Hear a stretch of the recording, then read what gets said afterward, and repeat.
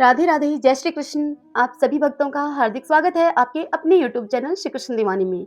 आज आप सुन रहे हैं माघ मास महात्म्य के 21वें दिन की कथा। तो आइए सर्वप्रथम प्रभु का स्मरण करते हुए आप सभी जन मेरे साथ बोलिए। ओम श्री लक्ष्मी नारायण भगवान की जय। श्री राधा कृष्णाभ्याम नमो नमः। ओम नमो भगवते वासुदेवाय। वशिष्ठ जी राजा दिलीप से कहते हैं कि हे राजन, महामना मृकंडु मुनि ने विधि पूर्वक माताओं के औधर्व दैहिक संस्कार करके दीर्घ काल तक काशी में ही निवास किया। भगवान शंकर के प्रसाद से उनकी धर्म पत्नी मरुद्वती के गर्भ से एक महातेजस्वी पुत्र उत्पन्न हुआ, जिसकी मार्कंडेय के नाम से प्रसिद्धि हुई। श्रीमान मार्कंडेय मुनि ने तपस्या से भगवान शिव की आराधना करके उनसे दीर्घायु पाकर अपनी आंखों से अनेकों बार प्रलय का दृश्य देखा। यह सुनकर राजा दिलीप ने पूछा महर्षि वशिष्ठ जी से कि हे मुनिवर, आपने पहले यह बात बताई थी कि मृकुंडु मुनि के मरुद्वती से तो कोई संतान ही नहीं थी। फिर भगवान शिव के प्रसाद से उन्होंने किस प्रकार से पुत्र को प्राप्त किया तथा वह पुत्र शंकर जी के प्रसाद से कैसे दीर्घायु हुआ? इन सब बातों को मैं विस्तार के साथ सुनना चाहता हूँ आपसे। आप यह बताने की कृपा कीजिए। यह सुनकर वशिष्ठ जी कहने लगे राजा दिलीप से कि राजन सुनो, मैं मार्कंडेय जी के जन्म का वृतांत आपसे कहता हूँ। महामुनि मृकंडु के कोई संतान नहीं थी, अतः उन्होंने अपनी पत्नी के साथ तपस्या और नियमों का पालन करते हुए भगवान शंकर को संतुष्ट कर लिया। संतुष्ट होने पर पिनाकधारी भगवान शिव ने अपनी पत्नी के सहित मुनि से जाकर कहा। मृकंडु मुनि से भगवान शंकर बोले कि मुने, मुझसे तुम कोई वरदान मांगो। तब मुनि मृकंडु ने यह वरदान मांगा कि परमेश्वर, आप मेरे सत्वन से संतुष्ट हैं, इसलिए मैं आपसे एक पुत्र ही चाहता हूँ। हे महेश्वर, मुझे अब तक कोई संतान नहीं हुई। यह सुनकर भगवान शंकर बोले मृकंडु मुनि से कि मुने, क्या तुम उत्तम गुणों से हीन चिरंजीवी पुत्र चाहते हो अथवा केवल 16 वर्ष की आयु वाला एक ही गुणवान एवं सर्वज्ञ पुत्र पाने की तुम इच्छा रखते हो? यह मुझे बताओ। भगवान शंकर के इस प्रकार पूछे जाने पर धर्मात्मा मृकंडु मुनि ने भगवान शिव से कहा कि हे जगदीश्वर, मैं गुणहीन पुत्र नहीं चाहता। उसकी आयु भले ही छोटी क्यों न हो, वह सर्वज्ञ होना चाहिए। तब भगवान शंकर बोले मृकंडु मुनि से कि अच्छा, हे मृकंडु, तुम्हें 16 वर्ष की आयु वाला एक पुत्र प्राप्त होगा, जो परम धार्मिक, सर्वज्ञ, गुणवान, लोक में यशस्वी और ज्ञान का समुद्र होगा। ऐसा कहकर के भगवान शिव अंतर्ध्यान हो गए और मुनिवर मृकंडु अपनी इच्छा के अनुसार वरदान को पाकर बड़ा ही प्रसन्न होकर अब अपने आश्रम में वापस लौट आया। उनकी पत्नी मरुद्वती बहुत दिनों के बाद गर्भवती हुई। मुनि ने विधि पूर्वक गर्भाधान संस्कार किया था। तदंतर गर्भस्थ बालक में चेष्टा उत्पन्न होने से पहले पुरुष की वृद्धि के लिए उन्होंने किसी शुभ दिन को ग्रह सूत्रों में बताई हुई विधि के अनुसार अच्छे ढंग से पुष्पन संस्कार किया। जब 8वां मास आया तब संस्कार कर्मों के ज्ञाता उन मुनीश्वर ने गर्भ के रूप में समृद्धि और सुखपूर्वक संतान की उत्पत्ति होने के लिए सीमंतोन्नयन संस्कार किया। समय के आने पर मरुद्वती के गर्भ से सूर्य के समान तेजस्वी पुत्र का जन्म हुआ। उस समय देवताओं की दुदुम्बियां बजने लगी, संपूर्ण दिशाएं स्वच्छ हो गईं और सब ओर से प्राणियों को तृप्त करने वाली कल्याणमयी वाणी सुनाई देने लगी। बालक की शांति के लिए वेदव्यास आदि मुनि भी मृकंडु मुनि के आश्रम पर पधारे। साक्षात महामुनि वेदव्यास जी ने बालक का जातकर्म संस्कार कराया। तत्पश्चात 11वें दिन मुनि ने नामकरण संस्कार किया। उसके बाद नाना प्रकार के वेदोक्त मंत्रों और आशीर्वादों से अभिनंदन करके मुनियों ने उस बालक की रक्षा का शास्त्रीय उपाय किया। फिर मृकंडु मुनि के द्वारा पूजित होकर वे सभी अपने अपने स्थान को लौट गए। उस समय नगर और प्रांत के लोग हर्ष में भरकर आपस में यह कहते थे कि अहो, इस बालक का अद्भुत रूप है, अद्भुत तेज है इस बालक का, और समस्त अंगों का लक्षण भी बड़ा ही अद्भुत है इस बालक का। मरुद्वती के सौभाग्य से साक्षात भगवान शंकर ही इस बालक के रूप में प्रकट हुए हैं। यह कितने आश्चर्य की बात है। चौथे महीने में पिता ने अपने पुत्र को घर से बाहर निकाला। छठे महीने में उसका अन्नप्राशन करवाया और फिर 2.5 वर्ष की अवस्था में चूड़ा कर्म करके श्रवण नक्षत्र में कर्ण वेद किया। तदंतर कर्मों के ज्ञाता मृकंडु मुनि ने बालक के ब्रह्मा तेज की वृद्धि के लिए उस बालक के 5वें वर्ष की अवस्था में उसे ये गोपवित दे दिया। फिर उपाकर्म करके विद्वान मुनि ने अपने उस बालक को वेद पढ़ाया। उसने अंग, उपांग, पद और कर्म के सहित संपूर्ण वेदों का विधि पूर्वक अध्ययन किया। वह बालक बड़ा ही शक्तिशाली था। गुरु तो उसके साक्षी मात्र थे। उसने विनय आदि गुणों को प्रकट करते हुए गुरुमुख से समस्त विद्याओं को ग्रहण किया। वह बालक भिक्षा के अन्न से जीवन का निर्वाह करता हुआ प्रतिदिन माता पिता की सेवा में संलग्न रहा करता था। वह बुद्धिमान बालक मार्कंडेय, उसकी आयु का 16वां वर्ष प्रारंभ होने पर मर्कंडु मुनि का हृदय अब शोक से कातुर हो उठा। उनकी संपूर्ण इंद्रियों में व्याकुलता छा गई। वे दीनता पूर्वक विलाप करने लगे। मार्कंडेय ने अपने पिता मर्कंडु को अत्यंत ही दुखित होकर विलाप करते हुए देखकर उनसे पूछा कि तात, आपके शोक मोह का क्या कारण है? तब मार्कंडेय के मधुर वचनों को सुनकर मर्कंडु मुनि ने अपने शोक का युक्त कारण अपने पुत्र मार्कंडेय को बताया। मर्कंडु मुनि कहने लगे कि बेटा, पिनाकधारी भगवान शंकर ने तुम्हें 16 वर्ष की ही आयु दी है। उसकी समाप्ति का समय अब आ पहुंचा है, इसलिए मुझे शोक हो रहा है। हरि ओम तत्सत। ओम नमो नारायण। ओम नमो नारायण। इस कथा में कल आपने सुना था कि किस प्रकार से देवराज इंद्र करकल वैश्य की धर्मपत्नी शुक्ला के सतीत्व को भंग करने पर तुला हुआ है। अब आज उसी कथा का आगे का वृतांत सुनते हैं। यह कथा सूत जी मुनियों को सुना रहे हैं। सूत जी कहते हैं कि इंद्र शुक्ला के शुद्ध भाव को समझकर अब उसके सामने खड़े हुए कामदेव से कहने लगा कि इस सती ने सत्य रूप पति के ध्यान का कवच धारण कर रखा है। तुम्हारे बाण इसे चोट नहीं पहुंचा सकते, अतः शुक्ला को परास्त करना असंभव है। यह पतिव्रता अपने हाथ में धर्म रूपी धनुष और ध्यान रूपी उत्तम बाण लेकर इस समय रणभूमि में तुमसे युद्ध करने को उद्यत हैं। अज्ञानी पुरुष ही त्रिलोकी के महात्माओं के साथ वैर बांधते हैं। हे कामदेव, इस सती के तप का नाश करने से हम दोनों को अनंत एवं अपार दुख भोगना पड़ेगा, इसलिए अब हमें इसे छोड़कर यहाँ से चल देना चाहिए। हे कामदेव, तुम तो यह भली भांति जानते ही हो कि मैं पहले एक बार और भी सती के साथ समागम करने का पापमय परिणाम अर्थात असह्य दुख भोग चुका हूँ। महर्षि गौतम ने मुझे भयंकर श्राप दिया था। आग की लपट को छूने का साहस भला कौन करेगा? कौन ऐसा मूर्ख है जो अपने गले में भारी पत्थर बांधकर समुद्र में उतरना चाहेगा? तथा किसको मौत के मुख में जाने की इच्छा है जो कि सती स्त्री को विचलित करने का प्रयत्न करे? इंद्र ने कामदेव को उत्तम शिक्षा देने के लिए बहुत ही नीति युक्त बात कही। उस बात को सुनकर कामदेव ने इंद्र से कुछ इस प्रकार कहा। कामदेव ने इंद्रराज से कहा, हे सुरेश, मैं तो आपके ही आदेश से यहाँ पर आया था। अब आप धैर्य, प्रेम और पुरुषार्थ का त्याग करके ऐसी पौरुषहीनता और कायरता की बातें क्यों करते हैं? पूर्व काल में मैंने जिन जिन देवताओं, दानवों और तपस्या में लगे हुए ऐसे मुनीश्वरों को परास्त किया है, वे सब मेरा उपहास करते हुए कहेंगे कि यह कामदेव तो बड़ा ही डरपोक है। एक साधारण स्त्री ने इसको क्षण भर में ही परास्त कर दिया। इसलिए मैं अपने सम्मान रूपी धन की रक्षा करूंगा और आपके साथ चलकर इस सती के तेज, बल और धैर्य का नाश करूंगा। आप डरते क्यों हो? देवराज इंद्र से इस प्रकार से कहकर कामदेव देवराज इंद्र को समझा बुझाकर अब कामदेव ने पुष्प युक्त धनुष और बाण हाथ में लिए हुए तथा अपने सामने खड़ी हुई अपनी सखी क्रीड़ा से कहा। कामदेव क्रीड़ा से बोला कि प्रिय, तुम माया रचकर वैश्य पत्नी शुक्ला के पास जाओ। वह अत्यंत पुण्यवती, सत्य में स्थित, धर्म का ज्ञान रखने वाली और गुणज्ञ है। यहाँ से जाकर तुम मेरी सहायता के लिए उत्तम से उत्तम कार्य करो। क्रीड़ा से यह बात कहकर वह पास खड़ी हुई प्रीति को संबोधित करते हुए कामदेव कहने लगा कि तुम्हें भी मेरी सहायता के लिए उत्तम कार्य करना होगा। तुम अपनी चिकनी चुपड़ी बातों से शुक्ला को वश में करो। और इस प्रकार अपने अपने कार्य में लगे हुए वायु आदि के साथ उपयुक्त व्यक्तियों को भेजकर कामदेव ने अब महासती शुक्ला को मोहित करने के लिए इंद्र के साथ पुनः यह प्रयास किया। शुक्ला का सतीत्व नष्ट करने के उद्देश्य से जब इंद्र और कामदेव दोनों प्रस्थित हुए, तब सत्य ने धर्म से कहा, हे महाप्राग धर्म, कामदेव की जो चेष्टा हो रही है उस पर तुम दृष्टिपात करो।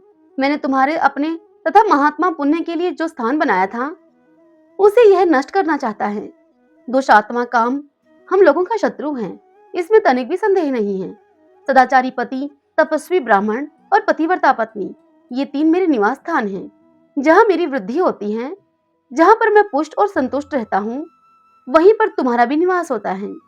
श्रद्धा के साथ पुण्य भी वहां आकर क्रीड़ा करते हैं। मेरे शांति युक्त मंदिर में क्षमा का भी आगमन होता है। जहाँ मैं रहता हूँ वहाँ संतोष, इंद्रिय संयम, दया, प्रेम, प्रज्ञा और लोभहीनता आदि सभी सत्य के ही बंधु बांधव हैं। हे धर्म, चोरी न करना, अहिंसा, सहनशीलता और बुद्धि, ये सब मेरे ही घर में आकर धन्य होते हैं। गुरु शुश्रूषा, लक्ष्मी के साथ भगवान श्री विष्णु तथा अग्नि आदि देवता भी मेरे घर में पधारते हैं। मोक्ष मार्ग को प्रकाशित करने वाले ज्ञान और उदारता आदि से युक्त होकर पूर्वोक्त व्यक्तियों के साथ मैं धर्मात्मा पुरुषों और सती स्त्रियों के भीतर निवास करता हूँ। ये जितने भी साधु महात्मा हैं, सब मेरे ग्रह स्वरूप हैं। इन सबके भीतर मैं उक्त कुटुंबियों के साथ वास करता हूँ, जो जगत के स्वामी त्रिशूलधारी वृषभ वाहन तथा साक्षात ईश्वर हैं। वे कल्याण में भगवान शिव भी मेरे निवास स्थान हैं। करकल वैश्य की प्रियतमा भार्या मंगलमयी शुक्ला भी मेरा उत्तम ग्रह है। किंतु आज पापी काम इसे भी जला डालने को उद्यत हुआ है। ये बलवान इंद्र भी काम का ही साथ दे रहा है। काम की ही करतूत से अहिल्या का संग करने पर एक बार जो हानि उठानी पड़ी है, उस प्राचीन घटना का इन्हें स्मरण क्यों नहीं होता। सती के सतीत्व का नाश करने से ही इन्हें महान दुख में पड़कर दूसरे श्राप का उपभोग करना पड़ा था। फिर भी आज कामदेव के साथ आकर ये धर्म आचारणी करकल की पत्नी शुक्ला का अपहरण करने को उतारू हुए हैं। आगे धर्म ने कहा कि मैं काम का तेज कम कर दूंगा। यदि मैं चाहूं तो उस कामदेव की मृत्यु का कारण भी उपस्थित कर सकता हूं। मैंने एक ऐसा उपाय सोच लिया है जिससे कि यह काम आज ही भाग खड़ा होगा। यह काम महाप्रज्ञा पक्षिणी का रूप धारण करके शुक्ला के घर जाए और अपने मंगलमय शब्द से उस शुक्ला को उसको स्वामी के शुभ आगमन की सूचना दे। धर्म के भेजने पर प्रज्ञा शुक्ला के घर में गई और वहां पर मंगलजनक शब्द का उच्चारण करने लगी। शुक्ला ने गंध धूप दीप आदि के द्वारा उसका समादर और पूजन किया तथा सुयोग्य ब्राह्मण को बुलाकर पूछा कि इस शकुन का क्या तात्पर्य है, मेरे पतिदेव कब आएंगे। तब ब्राह्मण ने शुक्ला से कहा कि देवी, यह शकुन तुम्हारे स्वामी के शुभ आगमन की सूचना दे रहा है। वे 7 दिन पहले पहले यहाँ अवश्य आ जाएंगे। इस बात में कोई अंतर नहीं हो सकता। ब्राह्मण का यह मंगलमय वचन सुनकर अब शुक्ला को बड़ी ही प्रसन्नता हुई। उधर कामदेव की भेजी हुई क्रीड़ा सती स्त्री का रूप धारण करके उस सुंदरी पतिव्रता के घर गई। उस रूपवती नारी को आई हुई देखकर शुक्ला ने आदरयुक्त वचन कहकर उसका सम्मान किया और अपने को धन्य जाना। उसकी पुण्यमयी वाणी से पूजित होकर क्रीड़ा मुस्कुराती हुई बातचीत करने लगी। उसका मायामय वचन विश्व को मोहित करने वाला था। सुनने पर सत्य और विश्वास के योग्य जान पड़ता था। क्रीड़ा शुक्ला से बोली कि देवी, मेरे स्वामी बड़े ही बलवान, गुणज्ञ, धीर तथा अत्यंत ही पुण्य आत्मा हैं, परंतु वे मुझे छोड़कर न जाने कहां चले गए हैं। वह मेरे पूर्व जन्म के कर्मों का फल है जो आज इस रूप में सामने आया है। मैं कैसे मंदभागिनी हूँ। हे महाभागे, नारियों के लिए रूप, सौभाग्य, श्रृंगार, सुख और संपत्ति सब कुछ पति ही है। यही शास्त्रों का मत है। पतिव्रता शुक्ला ने क्रीड़ा की ये सारी बातें सुनी। उसे विश्वास हो गया कि यह सब कुछ इस दुखनी नारी के हृदय का सच्चा भाव है। वह शुक्ला उसके दुख से दुखी हो गई और अपनी बातें भी अब उसको बताने लगी। उसने पहले का अपना सारा हाल थोड़े में ही उसको कह सुनाया। अपने सुख दुख की बात बताकर मनस्विनी शुक्ला अब चुप हो गई। तब क्रीड़ा ने उस पतिव्रता को सांत्वना दी और बहुत कुछ उसको समझाया बुझाया।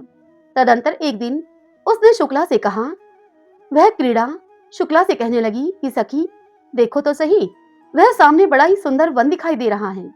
अनेकों दिव्य वृक्ष उस वन की शोभा को बढ़ा रहे हैं। वहां पर एक परम पवित्र पाप नाशन तीर्थ है। हे वरानने, चलो हम दोनों भी वहां पुण्य का संचन करने के लिए चलें। यह सुनकर शुक्ला उस मायामयी स्त्री के साथ वहां जाने को राजी हो गई। उसने वन में प्रवेश करके देखा तो उसने क्या देखा। उसे ऐसा प्रतीत हुआ मानो उसमें नंदन वन की शोभा उतर आई है। सभी ऋतुओं के फूल खिले थे। सैकड़ों कोकिलों के कलरव से सारा वन प्रांत गूंज रहा था। माधवी लता और वसंत ने उस उपवन की शोभा को सभी भावों से परिपूर्ण बनाया था। शुक्ला को मोहित करने के लिए ही तो उसकी सृष्टि की गई थी। उसने क्रीड़ा के साथ सबके मन को भाने वाले उस वन में घूम घूम कर अनेकों दिव्य कौतुक वहां देखे। इसी समय रति के साथ काम और इंद्र भी वहां पर आए। इंद्र संपूर्ण भोगों के अधिपति होकर भी काम क्रीड़ा के लिए व्यग्र थे। उन्होंने कामदेव को पुकार कर कहा, लो, यह शुक्ला आ गई, क्रीड़ा के आगे ही खड़ी है। इस महाभागा सती पर प्रहार करो तुम। इंद्र की यह बात सुनकर कामदेव बोला, हे सहस्रलोचन, लीला और चातुरी से युक्त अपने दिव्य रूप को तुम प्रकट करो। तुम्हारे उस रूप का आश्रय लेकर मैं इस शुक्ला के ऊपर अपने 5 बाणों का पृथक पृथक प्रहार करूंगा। त्रिशूलधारी महादेव ने मेरे रूप को पहले ही हर लिया। मेरा शरीर है ही नहीं।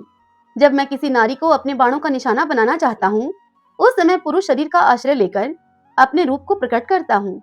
इसी तरह पुरुष पर प्रहार करने के लिए मैं नारी देह का आश्रय लेता हूँ। पुरुष जब पहले पहल किसी सुंदर नारी को देखकर बारंबार उसी का चिंतन करने लगता है, तब मैं चुपके से उसके भीतर घुसकर उसे उन्मत्त बना देता हूँ। स्मरण चिंतन से मेरा प्रादुर्भाव होता है, इसीलिए मेरा नाम स्मर हो गया है। आज मैं आपके रूप का आश्रय लेकर इस नारी को अपनी इच्छा के अनुसार नचाऊंगा। यूं कह करके कामदेव देवराज इंद्र के शरीर में घुस गया और पुण्यमयी करकल पत्नी सती शुक्ला को घायल करने के लिए हाथ में बाण लेकर उत्कंठा पूर्वक अवसर की प्रतीक्षा करने लगा। वह उसके नेत्रों को ही लक्ष्य बनाए बैठा था। भगवान श्री विष्णु आगे कहते हैं, यह कथा सुनाते हुए राजा वेन से कि हे राजन, क्रीड़ा की प्रेरणा से उस सुंदर वन में गई हुई वैश्य की पत्नी शुक्ला ने अपनी सखी से पूछा, हे सखी, यह दिव्य मनोरम वन किसका है? तब क्रीड़ा शुक्ला से कहने लगी कि यह स्वभाव सिद्ध दिव्य गुणों से युक्त सारा वन कामदेव का है। तुम भली भांति इसका निरीक्षण करो। दुरात्मा काम की यह चेष्टा देखकर सुंदरी शुक्ला ने वायु के द्वारा लाई हुई वहां के फूलों की सुगंध को नहीं ग्रहण किया। उस सती ने वहां के रसों का भी आस्वादन नहीं किया। यह देखकर कामदेव का मित्र वसंत बहुत ही लज्जित हुआ। तत्पश्चात कामदेव की पत्नी रति प्रीति को साथ लेकर आई और शुक्ला से हंसकर कहने लगी, भद्रे, तुम्हारा कल्याण हो, मैं तुम्हारा स्वागत करती हूँ। तुम रति और प्रीति के साथ यहाँ रमण करो। यह सुनकर शुक्ला ने उससे कहा कि जहाँ मेरे स्वामी हैं, वहीं पर मैं भी हूँ। मैं सदा अपने पति के साथ रहती हूँ। मेरा काम, मेरी प्रीति सब वही हैं। यह शरीर तो निराश्रय है, छाया मात्र है। यह सुनकर रति और प्रीति दोनों ही लज्जित हो गईं तथा महाबली काम के पास जाकर कहने लगी उससे। रति और प्रीति ने काम से कहा, हे महाप्राग, अब आप अपना पुरुषार्थ छोड़ दीजिए। इस नारी को जीतना बड़ा ही कठिन है। यह महाभागा पतिव्रता सदैव ही अपने पति की ही कामना रखती है। यह सुनकर कामदेव ने कहा कि देवी, जब यह इंद्र के रूप को देखेगी, उस समय मैं अवश्य ही इसको घायल करूंगा। तदंतर देवराज इंद्र परम सुंदर दिव्य वेश को धारण किए हुए अब रति के पीछे पीछे चले। उनकी गति में अत्यंत ही ललित विलास दृष्टिगोचर होता था। सब प्रकार के आभूषण उनकी शोभा को बढ़ा रहे थे। दिव्य माला, दिव्य वस्त्र और दिव्य गंध से सुसज्जित होकर वे देवराज इंद्र अब सती शुक्ला के पास आए और शुक्ला से इस प्रकार देवराज इंद्र कहने लगे, भद्रे, मैंने पहले तुम्हारे सामने दूती भेजी थी, फिर प्रीति को मैंने रवाना किया तुम्हारे पास। मेरी प्रार्थना तुम क्यों नहीं मानती? मैं स्वयं तुम्हारे पास आया हूँ, अब तुम मुझे स्वीकार करो। देवराज इंद्र की इस बात को सुनकर शुक्ला उससे बोली कि मेरे स्वामी के महात्मा पुत्र अर्थात सत्य धर्म आदि मेरी रक्षा कर रहे हैं। मुझे किसी का भय नहीं है। अनेक शूरवीर पुरुष सर्वत्र मेरी रक्षा के लिए उद्यत रहते हैं। जब तक मेरे नेत्र खुले रहते हैं, तब तक मैं निरंतर अपने पति के ही कार्य में लगी रहती हूँ। आप कौन हैं जो मृत्यु का भी भय छोड़कर मेरे पास आ गए हैं? यह सुनकर देवराज इंद्र ने कहा शुक्ला से कि तुमने अपने स्वामी के जिन शूरवीर पुत्रों की चर्चा की है, उन्हें मेरे सामने तुम प्रकट करो। मैं उन्हें कैसे देख सकूंगा? तब शुक्ला बोली, इंद्रिय संयम के विभिन्न गुणों के द्वारा उत्तम धर्म सदा ही मेरी रक्षा करता है। वह देखो, शांति और क्षमा के साथ सत्य मेरे सामने उपस्थित है। महाबली सत्य बड़ा ही यशस्वी है। यह कभी भी मेरा त्याग नहीं करता। इस प्रकार धर्म आदि रक्षक सदा ही मेरी देखभाल किया करते हैं। फिर आप क्यों बलपूर्वक मुझे प्राप्त करना चाहते हैं? आप कौन हैं जो कि निडर होकर दूतों के साथ यहाँ पर आए हैं? सत्य, धर्म, पुण्य और ज्ञान आदि बलवान पुत्र मेरे तथा मेरे स्वामी के सहायक हैं। वे सदैव ही मेरी रक्षा में तत्पर रहते हैं। मैं नित्य सुरक्षित हूँ। इंद्रिय संयम और मनोनिग्रह में तत्पर रहती हूँ। साक्षात सचिपति इंद्र भी मुझे जीतने की शक्ति नहीं रखते हैं। यदि महापराक्रमी कामदेव भी यहाँ पर आ जाए तो मुझे कोई परवाह नहीं है, क्योंकि मैं अनायास ही सतीत्व रूपी कवच से सदा सुरक्षित हूँ। मुझ पर कामदेव के बाण व्यर्थ हो जाएंगे, इसमें तनिक भी संदेह नहीं है। उल्टे महाबली धर्म आदि तुम्ही को मार डालेंगे। दूर हटो मुझसे, भाग जाओ यहाँ से। मेरे सामने मत खड़े हो तुम। यदि मना करने पर भी खड़े रहोगे मेरे सामने तो तुम जलकर खाक हो जाओगे। मेरे स्वामी की अनुपस्थिति में यदि तुम मेरे शरीर पर दृष्टि भी डालोगे तो जैसे आग सूखी लकड़ी को जला देती है, ठीक उसी प्रकार मैं भी तुम्हें भस्म कर डालूंगी। शुक्ला ने जब यह कहा देवराज इंद्र से, तब तो उस सती के भयंकर श्राप के डर से व्याकुल होकर सब लोग जैसे आए थे वैसे ही लौट गए। इंद्र आदि ने अपने अपने लोक की राह पकड़ ली। सबके चले जाने पर पुण्यमयी पतिव्रता शुक्ला पति का ध्यान करती हुई अब अपने घर को लौट आई। वह घर पुण्यमय था। वहां पर सब तीर्थ निवास करते थे। संपूर्ण यज्ञों की भी वहां उपस्थिति थी। श्री विष्णु भगवान इतनी बात बताकर वेन से आगे कहते हैं कि हे राजन, पति को ही देवता मानने वाली वह सती अपने उसी घर में आकर रहने लगी। ओम नमो नारायण, ओम नमो नारायण।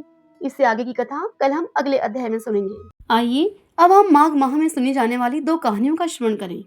एक समय सूर्य, चंद्रमा, मंगल, बुध, बृहस्पति, शुक्र, शनि, राहु और केतु इन ग्रहों में आपस में झगड़ा हो गया कि हम सब में सबसे बड़ा कौन है। सभी अपने आप को बड़ा कहते थे। जब आपस में ही कोई निर्णय न हो सका तो सब के सब आपस में झगड़ते हुए अब देवराज इंद्र के पास गए और जाकर वह कहने लगे देवराज इंद्र से कि हे देवराज इंद्र, आप तो देवताओं के राजा हैं, इसलिए आप हमारा न्याय करके हमें बताइए कि हम 9 ग्रहों में सबसे बड़ा कौन है। राजा इंद्र उनका प्रश्न सुनकर अब घबरा गए और उनसे कहने लगे कि हे देवताओं, मुझ में ऐसा सामर्थ्य नहीं है जो कि मैं किसी को बड़ा या छोटा बताऊं। मैं अपने मुख से कुछ भी नहीं कह सकता हूँ आपसे। हाँ, एक उपाय तो हो सकता है। इस पृथ्वी पर राजा विक्रमादित्य दूसरों के दुखों का निवारण करने वाले हैं, इसलिए तुम सब मिलकर उन्हीं विक्रमादित्य राजा के पास जाओ, वही तुम्हारे दुख का निवारण करेंगे। यह सुनकर अब सभी देवता चलकर भूलोक में राजा विक्रमादित्य की सभा में जाकर वहां उपस्थित हो गए और अपना प्रश्न राजा के समक्ष रखा। राजा विक्रमादित्य उन 9 ग्रहों की इस बात को सुनकर अब चिंता में पड़ गए और सोचने लगे कि मैं अपने मुख से किसको बड़ा और किसको छोटा बताऊं। जिसको छोटा बताऊंगा वही मुझ पर क्रोध करेगा, परंतु इनके झगड़े का निपटारा करने के लिए अब उन्होंने अपने मन में एक उपाय सोचा कि मैं सोना, चांदी, कांसा, पीतल, शीशा, रागा, जस्ता, अबरक और लोहा इन 9 धातुओं के 9 आसन बनवाता हूँ। और फिर राजा ने ऐसा ही किया। अब राजा ने 9 धातुओं से बनवाए हुए सभी 9 आसनों को क्रमबद्ध रूप से रख दिया, जैसे सोना सबसे पहले और लोहा सबसे बाद में बिछाया गया। इसके बाद राजा ने सभी ग्रहों से कहा कि आप सब अपने अपने आसनों पर बैठिए। जिसका आसन सबसे आगे है वह सबसे बड़ा होगा और जिसका आसन सबसे पीछे वह सबसे छोटा जानिए। क्योंकि लोहे का आसन सबसे पीछे रखवाया गया था क्रमबद्ध रूप से और वह शनिदेव का आसन था, इसीलिए शनिदेव ने समझ लिया कि राजा ने मुझको सबसे छोटा बना दिया है। इस पर शनिदेव को बड़ा ही क्रोध आया और वह अब राजा से कहने लगा, राजा विक्रमादित्य से, कि हे राजन, सूर्य एक राशि पर 1 महीना रहता है, चंद्रमा उस राशि पर 2.25 दिन रहता है, मंगल 1.5 महीना उस राशि पर रहता है, बृहस्पति 13 महीने तक रहता है, बुध और शुक्र 1 महीने तक, परंतु मैं एक राशि पर 2.5 या फिर 7.5 साल तक रहता हूँ। बड़े बड़े देवताओं को भी मैंने भीषण दुख दिया है। हे राजा विक्रमादित्य, सुनो, राम जी को 7.5 आई तो वनवास हो गया, रावण पर 7.5 आई तो राम और लक्ष्मण ने सेना ले जाकर अब लंका पर चढ़ाई कर दी, रावण कुल का नाश कर दिया। हे राजा, अब तुम सावधान रहना। यह सुनकर राजा विक्रमादित्य कहने लगे शनिदेव से कि जो कुछ भाग्य में होगा वह देखा जाएगा। और उसके बाद अन्य ग्रह तो प्रसन्नता पूर्वक वहां से चले गए, परंतु शनिदेव बड़े ही क्रोध के साथ वहां से निकले। कुछ काल के बीतने पर जब राजा विक्रमादित्य को 7.5 की दशा आई तो शनिदेव घोड़ों के सौदागर बनकर अनेक सुंदर घोड़ों के सहित राजा विक्रमादित्य की राजधानी में आए। जब राजा ने सौदागर के आने की खबर सुनी तो राजा अपने अश्वपाल को अच्छे अच्छे घोड़े खरीदने की आज्ञा देता है।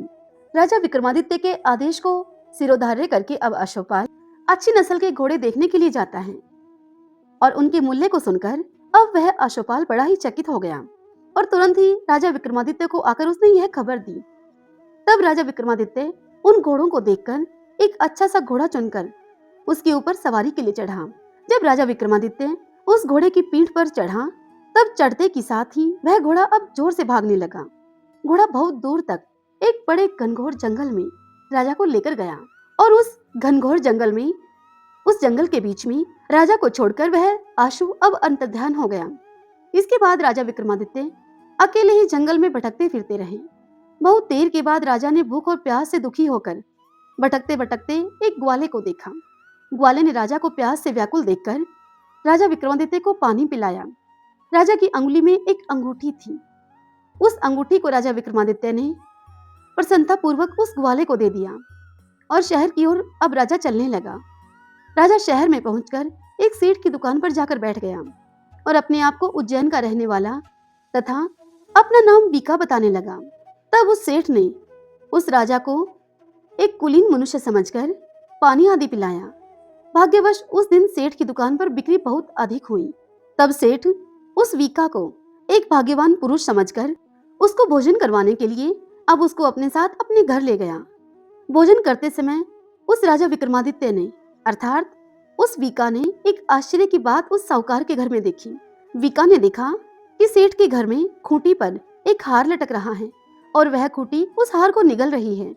भोजन के बाद कमरे में आने पर जब सेठ को कमरे में हार वह नहीं मिला तो सभी ने यह निश्चय किया कि इस वीका के सिवाय और कोई इस कमरे में तो आया ही नहीं, अवश्य ही इसी वीका ने हार को चुराया है। परंतु वीका ने कहा पूछने पर कि हार तो मैंने नहीं लिया है। इस पर 5-7 आदमी इकट्ठे होकर उसको फौजदार के पास लेकर आए। फौजदार ने उसको राजा के सामने उपस्थित कर दिया और राजा से कहा कि महाराज, यह आदमी तो भला प्रतीत होता है, चोर मालूम तो नहीं होता, परंतु सेठ का कहना यह है कि इसके सिवाय तो उसके घर में कोई आया ही नहीं, तो अवश्य ही चोरी इसी ने की है। सारी बात को सुनकर उस नगर के राजा ने यह निर्णय दिया और आज्ञा दी कि इसके हाथ पैर काटकर इसको चौरंगिया कर दिया जाए। राजा की इस आज्ञा का तुरंत ही पालन किया गया और उस वीका के तुरंत ही हाथ पैर काटकर उसे चौरंगिया बना दिया। इसी प्रकार कुछ काल व्यतीत होने पर एक तेली उस चौरंगिया को अपने घर ले गया और कोल्हू पर उसको बिठा दिया। अब वीका उस कोल्हू पर बैठा हुआ अपनी जुबान से बैल को हाँकता रहा। शनि की दशा अब समाप्त हो गई और एक रात को वर्षा ऋतु के समय वह चौरंगिया मल्हार राग गाने लगा। उसके इस मल्हार राग को सुनकर, इस गाने को सुनकर उस शहर के राजा की कन्या उस पर मोहित हो गई और दासी को खबर लाने के लिए भेजा कि जा तू पता कर किया शहर में यह राग कौन गा रहा है। अब दासी सारे शहर में फिरती फिरती क्या देखती है कि तेली के घर में एक चौरंगिया राग को गा रहा है। वह गाना एक चौरंगिया गा रहा है। दासी ने महल में आकर राजकुमारी को यह सारा वृतांत सुना दिया। बस उसी क्षण राजकुमारी ने अपने मन में यह प्रण कर लिया कि चाहे कुछ भी हो जाए, मुझे उस चौरंगिया के साथ ही विवाह करना है। अब प्रातः काल होते ही जब दासी ने राजकुमारी को जगाना चाहा तो राजकुमारी अनशन व्रत लेकर पड़ी रही। तब दासी ने रानी के पास जाकर राजकुमारी के बिस्तर से न उठने का सारा वृत्तांत रानी से कह दिया। रानी ने तुरंत ही वहां पर आकर राजकुमारी को जगाया और उसके दुख का कारण उससे पूछा। तो राजकुमारी ने कहा कि माँ, मैंने यह प्रण कर लिया है कि उस तेली के घर में जो चौरंगिया है मैं उसके साथ ही विवाह करूंगी। यह सुनकर महारानी ने कहा कि अरे पगली, यह तू क्या कह रही है? तेरा विवाह तो किसी देश के राजा के साथ किया जाएगा। यह सुनकर राजकुमारी कहने लगी कि माँ, मैं अपना प्रण कभी नहीं तोड़ूंगी। अब उस महारानी ने चिंतित होकर यह बात जाकर महाराज को बताई। तब महाराज ने आकर समझाया अपनी पुत्री को। महाराज कहने लगे कि हे पुत्री, मैं अभी देश देशांतर में अपने दूत भेजकर तेरे सुयोग्य, रूपवान एवं बड़े से बड़े गुणी राजकुमार के साथ तुम्हारा विवाह करूंगा। ऐसी बात तुमको कभी नहीं सोचनी चाहिए, यह बात तुमको शोभा नहीं देती। यह सुनकर वह राजकुमारी बोली अपने पिताजी से कि पिताजी, मैं अपने प्राण त्याग सकती हूँ, किंतु अपने इस प्रण को नहीं त्यागूंगी। मैं किसी दूसरे के साथ विवाह कदापि न करूंगी। इतना सुनकर राजा ने अब क्रोध में आकर अपनी पुत्री से कहा कि पुत्री, तेरे भाग्य में यदि ऐसा ही लिखा है तो जैसी तेरी इच्छा हो तू वैसा कर। अब राजा ने तेली को बुलाकर उससे कहा कि तेली, तेरे घर में जो चौरंगिया है उसके साथ मैं अपनी कन्या का विवाह करना चाहता हूँ। यह सुनकर तेली ने कहा कि महाराज, यह कैसे हो सकता है? कहाँ आप हमारे राजा और कहाँ मैं नीच तेली। किंतु राजा ने कहा कि भाग्य के लिखे हुए को कोई टाल नहीं सकता है। अपने घर जाकर विवाह की तुम तैयारी करो। अब राजा ने उसी समय तोरण और बंधनवार लगवाकर अपनी राजकुमारी का विवाह तेली के घर रहने वाले उस चौरंगिया विक्रमादित्य के साथ कर दिया, जिसने कि अपना नाम वीका बताया था। रात्रि को जब विक्रमादित्य और राजकुमारी महल में सोए तो आधी रात हुई जब, तब उस समय शनिदेव ने विक्रमादित्य को सौपन दिया और उससे कहा सौपन में कि कहो राजा, मुझको छोटा बतलाकर तुमने कितना दुख उठाया। यह सुनकर राजा ने क्षमा मांगी शनिदेव से। तब शनिदेव ने प्रसन्न होकर विक्रमादित्य को हाथ पैर दे दिए। तब राजा विक्रमादित्य ने शनिदेव से कहा कि महाराज, मेरी प्रार्थना को स्वीकार करें कि जैसा दुख आपने मुझे दिया है ऐसा दुख आप किसी और को न देना। शनिदेव ने विक्रमादित्य से कहा कि राजन, तुम्हारी यह प्रार्थना हमें स्वीकार है। जो मनुष्य मेरी और तेरी इस कथा को सुनेगा और कहेगा उसको मेरी दशा में कभी किसी प्रकार का कोई दुख नहीं होगा, और जो नित्य ही मेरा ध्यान करेगा या चींटियों को आटा डालेगा उसके सभी मनोरथ पूर्ण होंगे। इतना कहकर शनिदेव अपने धाम में चले गए। राजकुमारी की आंख जब खुली तो उसने राजा के हाथ और पांव देखे तो उसे बड़ा ही आश्चर्य हुआ। अपनी रानी को जगा हुआ देखकर राजा विक्रमादित्य ने अपनी रानी से अपने विषय की सारी बात उसे बताई कि मैं उज्जैन का राजा विक्रमादित्य हूँ। यह बात सुनकर राजकुमारी अत्यंत ही प्रसन्न हुई। प्रातःकाल राजकुमारी से उसकी सखियों ने आकर पूछा तो उसने अपने पति का सारा वृतांत उनको कह सुनाया। तब सभी ने प्रसन्नता प्रकट की और राजकुमारी से कहा कि ईश्वर ने आपकी मनोकामना पूर्ण कर दी। जब उस सेठ ने इस खबर को सुना तो वह विक्रमादित्य के पास दौड़ा दौड़ा आया और राजा विक्रमादित्य के पैरों पर गिरकर उनसे क्षमा मांगने लगा और कहने लगा कि आप पर मैंने चोरी का झूठा आरोप लगाया, अतः आप मुझको जो चाहे सो दंड दें। यह सुनकर राजा विक्रमादित्य ने कहा कि मुझ पर तो शनिदेव का कोप था, इसी कारण से यह सब दुख मुझको प्राप्त हुआ था। इसमें तुम्हारा कोई दोष नहीं है, तुम अपने घर को जाकर अपना कार्य करो। यह सुनकर वह सेठ बोला कि मुझे तो शांति तब मिलेगी जब आप आकर प्रीति पूर्वक मेरे घर में भोजन करेंगे। यह सुनकर राजा विक्रमादित्य बोले कि जैसी आपकी मर्जी हो आप वैसा करें। तब सेठ ने अपने घर ले जाकर अनेक प्रकार के सुंदर भोजन बनवाए और राजा विक्रमादित्य को प्रतिभोज दिया। जिस समय वह भोजन कर रहे थे एक अत्यंत ही आश्चर्य की बात वहां पर हुई जो कि सभी को दिखाई दी। जो खूंटी पहले हार को निगल गई थी अब वही खूंटी हार को उगल रही थी। जब भोजन समाप्त हो गया तो सेठ ने हाथ जोड़कर बहुत सी मोहरें अशर्फी राजा को भेंट की और राजा से कहा, मेरी श्री कंवरी नाम की एक कन्या है, उसका पाणी ग्रहण आप करें। इसके बाद सेठ ने अपनी कन्या का विवाह राजा विक्रमादित्य के साथ कर दिया और बहुत सा दान दहेज आदि भी दिया। इस प्रकार से राजा विक्रमादित्य कुछ दिनों तक सेठ के घर में निवास करने के बाद उस शहर के राजा से कहने लगा कि राजन, अब मेरी इच्छा उज्जैन जाने की है, मैं अपने नगर जाना चाहता हूँ। फिर कुछ दिनों के बाद ही विदा लेकर राजा विक्रमादित्य राजकुमारी मनभावनी और उस सेठ की कन्या श्री कंवरी तथा अनेक दास दासी रथ और पालकियों के सहित राजा विक्रमादित्य अब उज्जैन की ओर चले। जब शहर के वह निकट पहुंचे तो पूर्ववासियों ने राजा विक्रमादित्य के आने का संवाद सुना तो समस्त उज्जैन की प्रजा अगवानी के लिए वहां पर आई। तब बड़ी ही प्रसन्नता से राजा विक्रमादित्य अब अपने महल में पधारे। सारे शहर में बहुत बड़ा महोत्सव मनाया गया और रात्रि को दीपमाला की गई। दूसरे दिन राजा विक्रमादित्य ने संपूर्ण नगर में उस शहर में उज्जैन के शहर में यह घोषणा करवा दी कि शनि देवता सभी ग्रहों में सर्वोपरि हैं। मैंने इनको छोटा बताया था, इसीलिए मुझको यह दारुण दुख प्राप्त हुआ। इस कारण से अब उस उज्जैन शहर में सदा ही शनिदेव की पूजा और कथा होने लगी। राजा और प्रजा अनेक प्रकार के सुखों को भोगते रहे। जो कोई भी शनिदेव की इस कथा को पढ़ता है अथवा सुनता है उसके शनिदेव की कृपा से सभी दुख दूर हो जाते हैं। शनिदेव की इस कथा को शनिवार के दिन जरूर पढ़ना चाहिए। बोलिए शनिदेव महाराज की जय। दो बहन भाई थे। भाई अपनी बहन से मिलने के लिए उसके घर जा रहा था। तब रास्ते में एक सर्प बैठा हुआ था। सर्प बोला कि मैं तुझे डसूंगा। तब वह भाई बोला कि तू मुझे अभी मत डस, मैं अपनी माँ का इकलौता बेटा हूँ और अपनी बहन का एक ही भाई हूँ। यह सुनकर वह सर्प बोला कि ना, तेरे 9 ग्रह की दशा लगी हुई है, मैं तो तुझे डसूंगा। तब वह लड़का बोला कि अच्छी बात है, मैं अपनी बहन से मिलकर आ जाऊं, तब आती बार तू मुझे डस लेना। तब सर्प बोला कि क्या पता तू इस रास्ते से आएगा या नहीं आएगा, मैं तो तुझे अभी डसूंगा। यह सुनकर वह लड़का बोला अच्छा, तू मेरे थैले में बैठ जा। सर्प अब थैले में बैठ गया। ऊपर से बेल पत्ते उस लड़के ने ढक दिए। अब वह लड़का अपनी बहन के घर जा पहुंचा। वह 9 ग्रह की कहानी कहा करती थी। उस समय भी वह 9 ग्रह की कहानी ही सुनने के लिए बैठी थी। अपने भाई को अपने घर के भीतर आया हुआ देखकर बहन खुश हुई और बहन ने अपने भाई को इशारा किया कि अभी तू बैठ जा, बाद में बात करेंगे, पहले मेरी कहानी सुन ले। तब दोनों बहन भाई 9 ग्रह की कहानी कहने और सुनने लगे। बहन ने कहानी कहनी शुरू की। बहन बोली, जीव की जिनावर की, हाथी की घोड़े की, भाई की बहन की, घर के धनी की, घी के जमाई की, देवरानी की जेठानी की, सास की ससुर की, संग की सहेलियों की, सबके 9 ग्रह शांत हो जाइयो।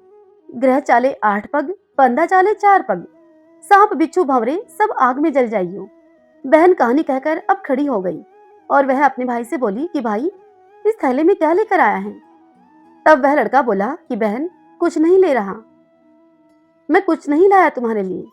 इतना सुनने पर भी बहन ने जबरदस्ती वह थैला अपने भाई से छीन लिया। जब उसने थैला खोलकर देखा तो थैले में रखे हुए बेल पत्ते केले और संतरे बन गए और थैले में रखा हुआ वह सर्प हार बन गया। केले संतरे उस बहन ने अपने बच्चों को दे दिए और वह हार उसने स्वयं पहन लिया। वह हार पहनकर आई तो यह देखकर उसका भाई बोला कि बहन, हार तो बहुत सुंदर है। बहन, तू तो बहुत गरीब थी, इतना महंगा हार ये कहाँ से लेकर आई है?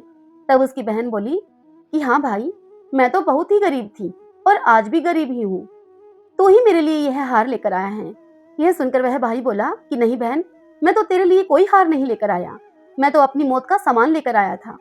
तेरी कहानी कहने से ये नाग हार बन गया, ये तेरे भाग्य का ही है, इसको तू ही रख ले। यह सुनकर वह बहन बोली अपने भाई से कि भाई, तुम्हारे 9 ग्रह की दशा लग रही है, मेरी भाभी से कहना कि वह 9 ग्रह की कहानी कहा करेगी।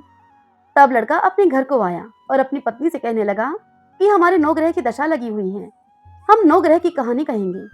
तू कहेगी तो मैं सुनूंगा और मैं कहूंगा तो तू कहानी सुनेगी। चावल चीनी के दाने लेकर आ, लोटा भर कर के पानी का ला। उसकी पत्नी चावल चीनी के दाने लेकर आई और लोटा भरकर पानी का लाई। उन्होंने कहानी कही, जीव की, जिनावर की, हाथी की, घोड़े की, कुत्ते की, बिल्ली की, देवरानी की, जेठानी की, सासू की, ससुरे की, घर के धनी की, बहन की, भाई की, सबके 9 ग्रह शांत हो जाइयो। ग्रह चाले 8 पग, बंदा चाले 4 पग, सांप बिच्छू भंवरे सब आग में जल जाइयो। आज वार, शनिवार, रविवार, सोमवार, मंगलवार, बुधवार, बृहस्पतिवार, शुक्रवार, शनिवार, 8 वारों को नमस्कार, धरती माता को नमस्कार, 9 ग्रहों को नमस्कार। जैसे 9 ग्रहों की दशा बहन ने अपने भाई की उतारी, ऐसे ही सबकी उतारना। इस कहानी को कहते सुनते हुकारा भरते सबकी 9 ग्रह की दशा उतर जाइयो। कृष्ण गोविंद हरे मुरारी, हे नाथ नारायण वासुदेव। श्री कृष्ण गोविंद हरे मुरारी, हे नाथ नारायण वासुदेव। श्री कृष्ण गोविंद हरे मुरारी, हे नाथ नारायण वासुदेव। श्री कृष्ण गोविंद हरे मुरारी, हे नाथ नारायण वासुदेव। श्री कृष्ण गोविंद हरे मुरारी, हे नाथ नारायण वासुदेव। बोलिए श्री कृष्ण भगवान की जय, श्री लक्ष्मी नारायण भगवान की जय। आज की यह कथा आप सबको कैसी लगी? यदि पसंद आई हो तो इस वीडियो को लाइक करें, कमेंट बॉक्स में ओम नमो भगवते वासुदेवाय लिखें। और यदि आपने अभी तक हमारे इस चैनल श्री कृष्ण दीवानी को सब्सक्राइब नहीं किया है तो आप जरूर करें। अपने व्हाट्सएप ग्रुप और अपने प्रिय मित्रों के साथ भी इस कथा को आप शेयर कीजिए। राधे राधे, जय श्री कृष्ण। कल मिलते हैं एक नई कथा के साथ।